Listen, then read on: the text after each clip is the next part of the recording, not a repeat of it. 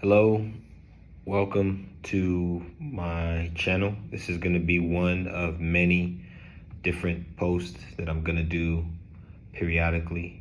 I wanted to try this out based on some feedback that I've gotten from different people and encouragement that I've given different people throughout the years.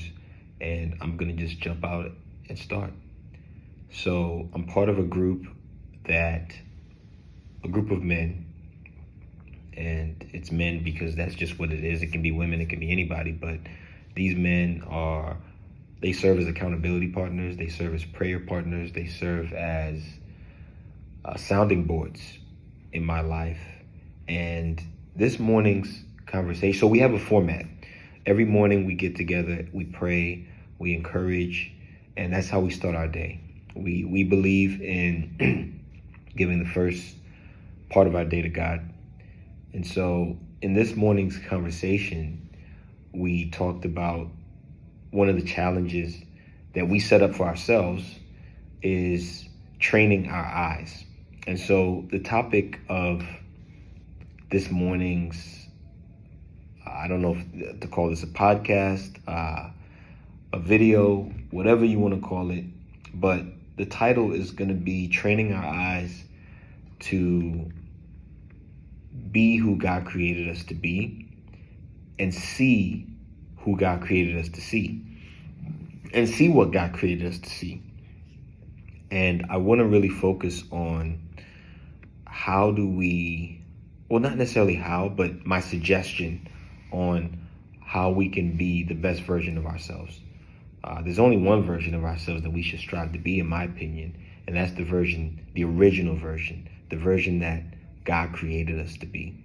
And so I pray that as you listen to this, that you listen with an open heart, an open ear, open mind, and that also you listen with the intent, not just to learn, but to be challenged, and understanding that I'm just a vessel that God uses. And sometimes I will speak on my beliefs, and I'm open and actually encourage anyone who's listening to challenge those beliefs. So our challenge this morning was, as a man, we see women, we see beautiful women. I'm in Atlanta, by the way, so you can't go a day if you're out in the world without seeing a beautiful woman or an attractive woman or just a woman who has a nice physique. And I find myself just looking, and it's sometimes it's looking without, it's not a lustful intent, it's just looking. It's a quiet struggle that I think many people face, but they rarely speak about. And it's not always rooted in lust or fantasy, but in my opinion, it quietly shapes the way that we view women, and we being men. And it's this tendency to fixate, to stare, to look at a woman's body, and it's usually without any conscious intention or evil desire.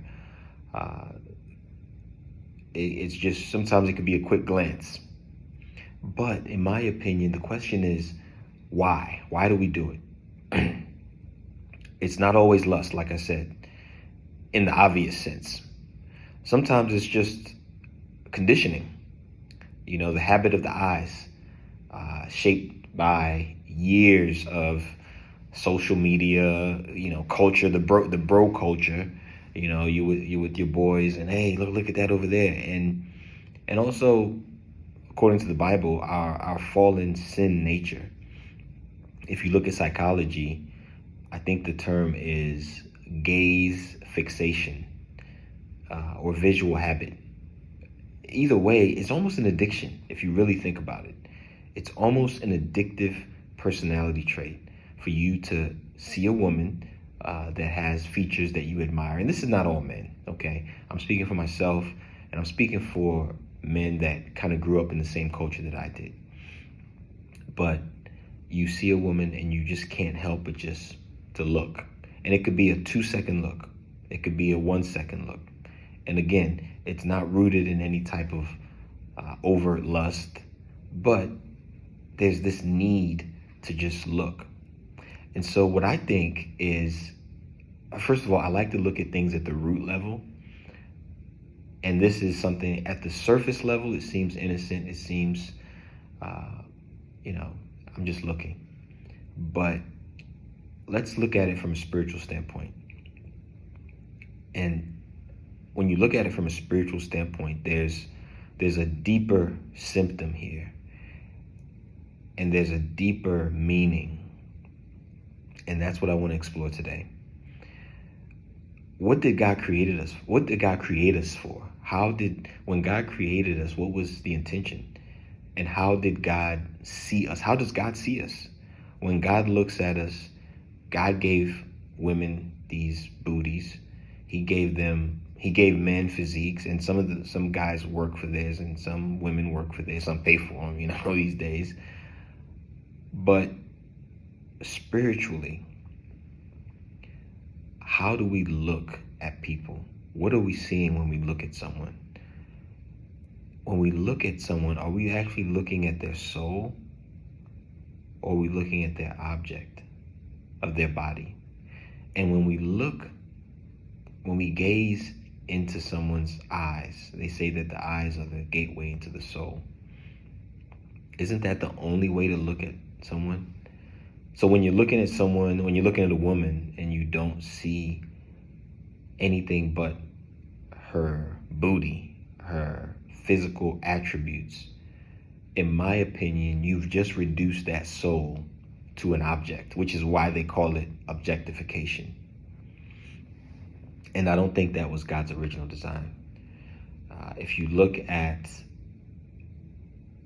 the original design blueprint, one of them is the Bible, my belief. When God created man and woman, he said that it was good. And there was this sacred dignity that God created humanity with. Body, mind, and soul. And it was put together to reflect the glory of God. There was no objectification, no reduction, no consumption of beauty for selfish satisfaction. Every human being was an image bearer.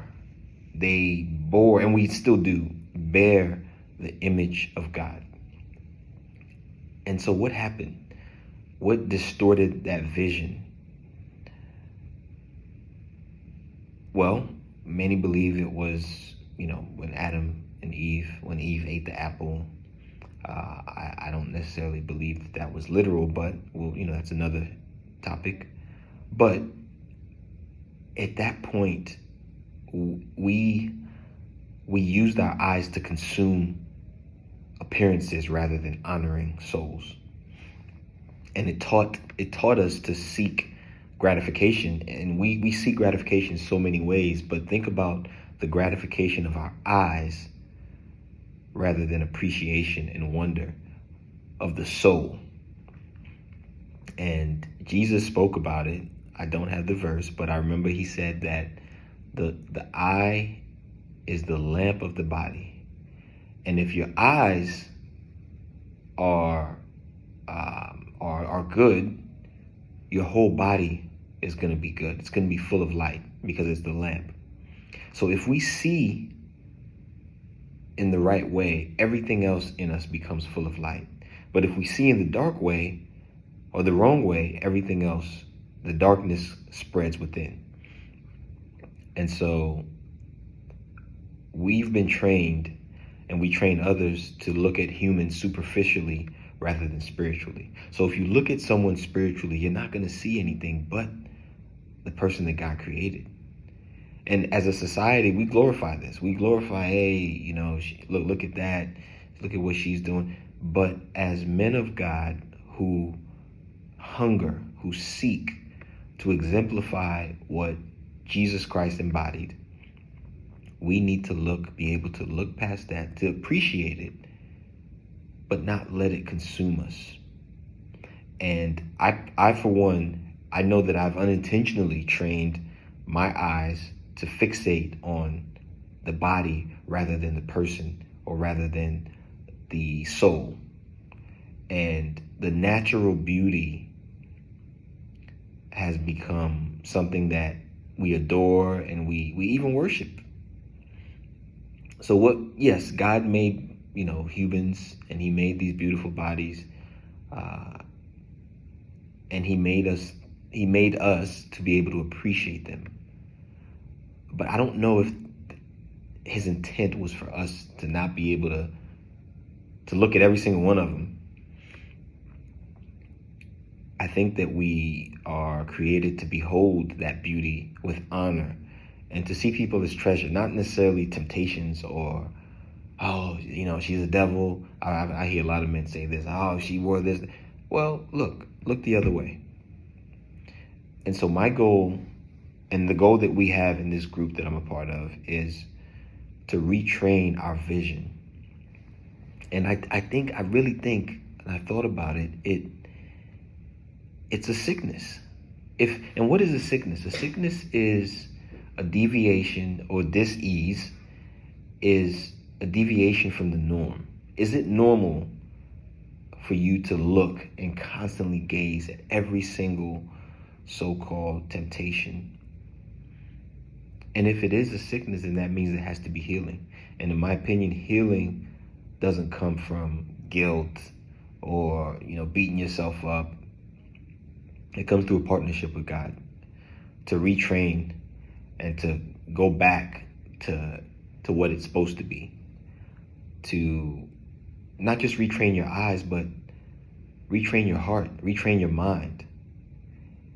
And don't make it this thing about suppressing desires, because I don't think that's the right approach. And the reason why is because whatever gets suppressed, eventually, when you have that weak moment, it comes out.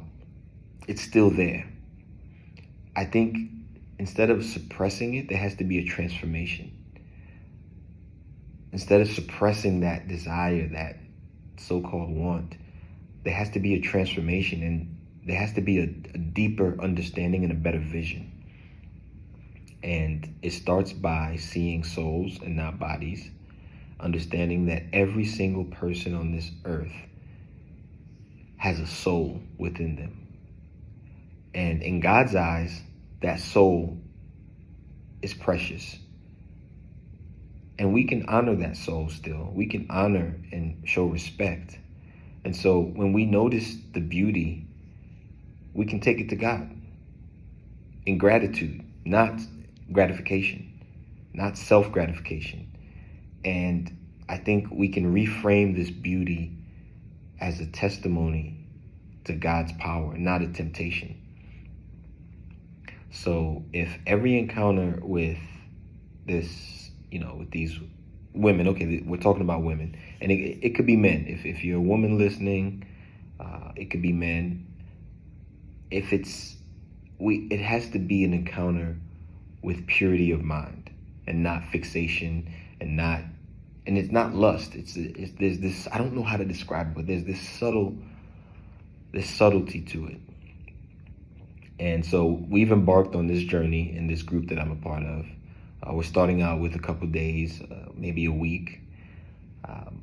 And it's going to be a new habit that we're going to rewire our minds and our hearts. And I think that we do that through intentional practice. And also, without question, and I believe this goes without saying, it comes with God's grace. I've conquered a lot of different bad habits, and it wasn't through my own will. I strongly know that it was through God's grace, it was through God's intervention, and me just submitting that thing to God. And I want to incorporate that process. And there's a few things that I want to incorporate. Number one is a simple daily practice. It could be 10 seconds, 30 seconds. And I think over time, it will build a new habit. And it's like a morning calibration. Every time before I leave that body, a simple prayer. God, today, train my eyes to see souls, not bodies. Help me see every person as a masterpiece of your hands. Let my eyes be full of light, not darkness. And when you say a simple prayer like that, 10-second, 15-second prayer, I think it helps you start the day. And you can do that, throughout the day. The midday, you check in again and ask yourself a simple question. How have I seen people today? Am I seeing bodies or souls? And what is a body? It's just flesh, just some meat. And to give thanks to God for resetting your heart. And the same thing happens at night before you go to bed. Thank you for changing me. Even though I don't see it yet, but teach me how to honor the people you've created in the way that you want me to create them. One of my go-to verses, and you're going to hear this consistently throughout, if you know me, is Joshua 1, the whole chapter. It was so powerful for me. I even named my son after the verse. And it talks about the key to success. And success is, in my personal opinion, success is when you've achieved a goal. And it talks about how to do that. And it's about focus. It's about discipline. It's about meditating and submitting your plans to God. And God will direct your path without looking to the left or to the right, which is distraction. And that's what discipline requires. It's pure focus. So this challenge requires the same thing. And yeah, if you're here in Atlanta, you go to places, ask God to fill it with his presence, with God's presence. Teach us. Teach me how to walk in honor and to see souls and not bodies. And let my eyes bless and not take. And let my mind be pure and joyful. And visualization is something that I encourage. So that's all I got. I don't know how to end this, but this will be the first of a few. And I want to encourage anybody listening that you have an opportunity to be better, to grow. I discovered years ago that was the only purpose of life, is to grow.